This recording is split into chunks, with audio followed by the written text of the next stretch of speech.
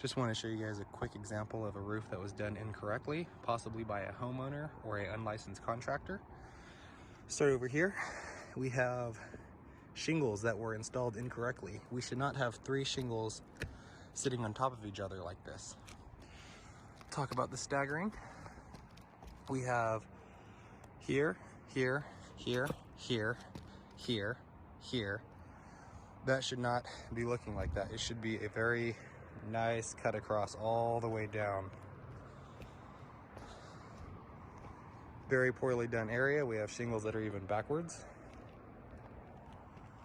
Then if I can get you low enough, you can see how wavy this is.